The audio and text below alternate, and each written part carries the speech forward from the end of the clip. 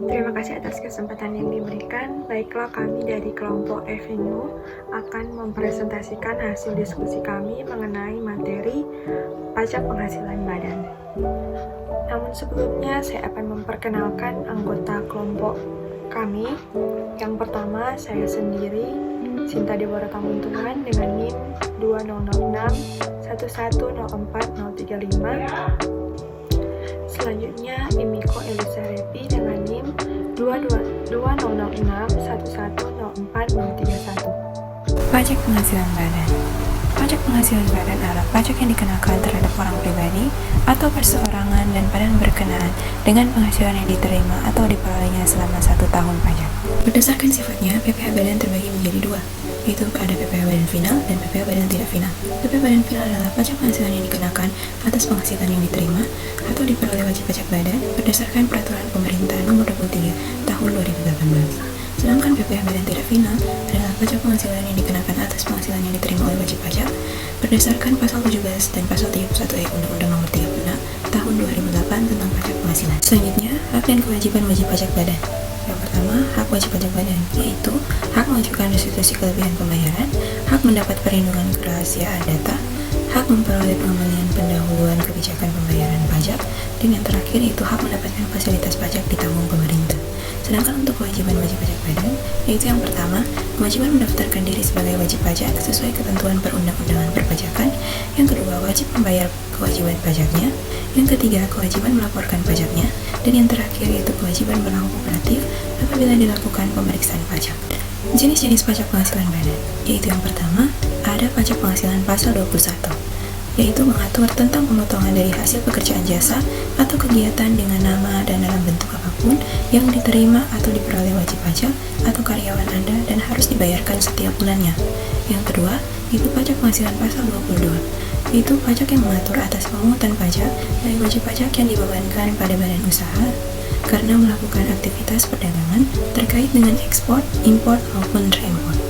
Yang ketiga yaitu pajak penghasilan pasal 23, yaitu pajak yang mengatur pemotongan pajak yang dilakukan oleh pemungut pajak dari wajib pajak ketika terjadi transaksi yang merujuk pada transaksi dividen atau pembagian keuntungan saham, royalti, bunga, hadiah dan penghargaan, sewa, dan penghasilan lain yang berkaitan dengan penggunaan aset selain tanah dan transfer bangunan atau jasa. Selanjutnya yang keempat yaitu pajak penghasilan pasal 25.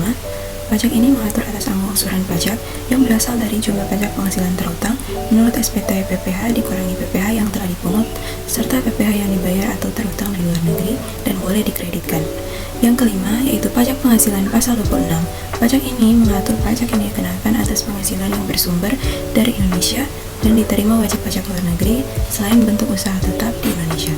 Dan yang keenam yaitu pajak penghasilan pasal 29 yang mengatur atas jumlah pajak terutang suatu perusahaan dalam 1 tahun pajak lebih besar dari jumlah kredit pajak yang telah dipotong oleh pihak lain serta telah disetorkan. Selanjutnya yang ketujuh itu pajak penghasilan pasal 15. Pajak ini mengatur atas laporan pajak yang berhubungan dengan norma perhitungan khusus untuk golongan wajib pajak tertentu, termasuk wajib pajak badan yang bergerak pada sektor pelayan atau penerbangan internasional, perusahaan asuransi luar negeri, pengeboran minyak, gas dan geotermal, perusahaan dagang asing, dan perusahaan yang melakukan investasi dalam bentuk bangunan seraguna. Selanjutnya yang ke-8 yaitu pajak penghasilan pasal 4 ayat 2. Pajak ini berkaitan dengan pajak yang dipungut dari penghasilan yang dipotong dari bunga deposito dan bunga lainnya, bunga obligasi dan surat utang negara, bunga simpanan yang dibayarkan koperasi, hadiah undian, transaksi saham dan sekuritas lainnya, serta transaksi lain sebagaimana diatur dalam peraturan yang ditetapkan. Selanjutnya yang ke-9 yaitu pajak pertambahan nilai atau PPN yang merupakan pajak yang dibebankan untuk transaksi atas barang kena pajak dan jasa kena pajak. Nah, nilai PPN ini biasanya ditambahkan pada harga pokok barang atau jasa yang diperjualbelikan. Selanjutnya yang terakhir yaitu pajak penjualan barang mewah atau PPNBM. Itu merupakan pajak yang dikenakan atas barang atau produk yang dianggap bukan sebagai barang kebutuhan pokok. Nah, barang tersebut biasanya dikonsumsi oleh masyarakat kalangan tertentu yang pada umumnya merupakan masyarakat berpenghasilan tinggi. Materi yang selanjutnya yaitu subjek dan objek pajak penghasilan badan atau PPh badan. Subjek pajak badan atau subjek PPh badan adalah setiap badan usaha yang diberikan kewajiban untuk membayar pajak baik dalam periode, bulan, maupun tahun dan disetor ke kas negara. Jenis subjek pajak terbagi menjadi dua, yaitu yang pertama pertama subjek pajak dalam negeri, kemudian subjek pajak luar negeri. Objek PPh Badan adalah penghasilan yang diterima atau yang diperoleh oleh badan. Bagi subjek pajak dalam negeri yang menjadi objek pajak PPh Badan adalah semua penghasilan baik dari dalam maupun dari luar negeri. Untuk penghasilan yang menjadi objek pajak badan dapat dilihat dalam Undang-Undang HPP Pasal 4 Ayat 1. Penghasilan yang dikenai pajak bersifat final. Yang pertama, penghasilan berupa bunga deposito dan tabungan lainnya, penghasilan dari transaksi saham dan sekuritas lainnya, penghasilan berupa hadiah undian berdasar hukum pajak penghasilan badan.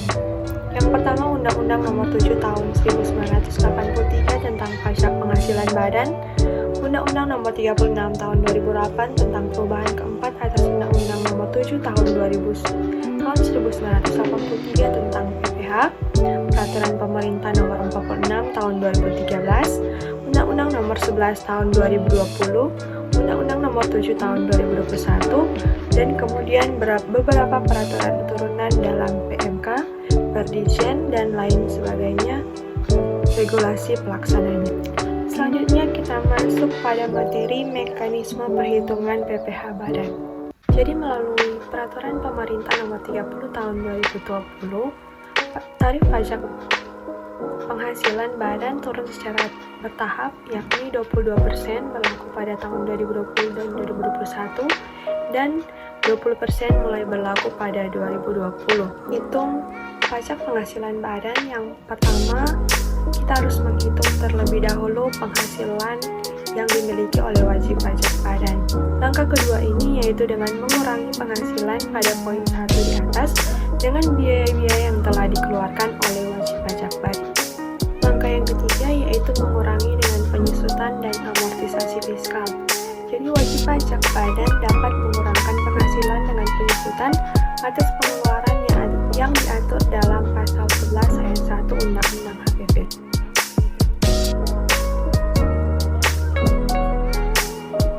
Untuk perhitungan ini terbagi menjadi 3, yaitu yang pertama wajib pajak badan dengan omset kurang dari 4,8 miliar, wajib pajak dengan omset 4,8 miliar hingga 50 miliar, dan kemudian wajib pajak dengan omset lebih dari 50 miliar. Pada tahun 2022, dalam laporan keuangan PT AAA, memperoleh penghasilan kena pajak sebesar 5 miliar dan dapat memanfaatkan fasilitas pengurang pajak sesuai pasal 31E, yaitu sebesar 50%. Maka pajak yang harus dibayar yaitu sebesar 50% kali 22% kali 5 miliar sama dengan 550 juta. Namun perlu diingat bahwa selama periode tahun 2022, PT AAA telah menyetor pajak penghasilan karyawan ke kas negara sebesar 50 juta dan pajak penghasilan pasal 23 sebesar 100 juta. Penghasilan terutang PT AAA adalah 550 juta kurang 50 juta kurang 100 juta sama dengan 350 juta. Jadi 350 juta adalah angka yang bisa disicil oleh PT AAA ke kas negara atas penghasilan badan usaha di tahun 2022. Untuk cicilan pembayaran PPh terutang PT AAA sebesar jumlah terutang PPh terutang dibagi 12 bulan sama dengan 350 juta dibagi 12 didapat 29.166.000. Untuk memilih tarif pajak penghasilan badan itu dapat dipilih sesuai dengan jenis dan bentuk usaha yang dijalankan. Karena DJP memberikan keluasan bagi wajib pajak badan untuk memilih jenis tarif pajak PPh badan yang sesuai. 6.3 yaitu cara bayar dan lapor PPh badan. Yang pertama, cara bayar.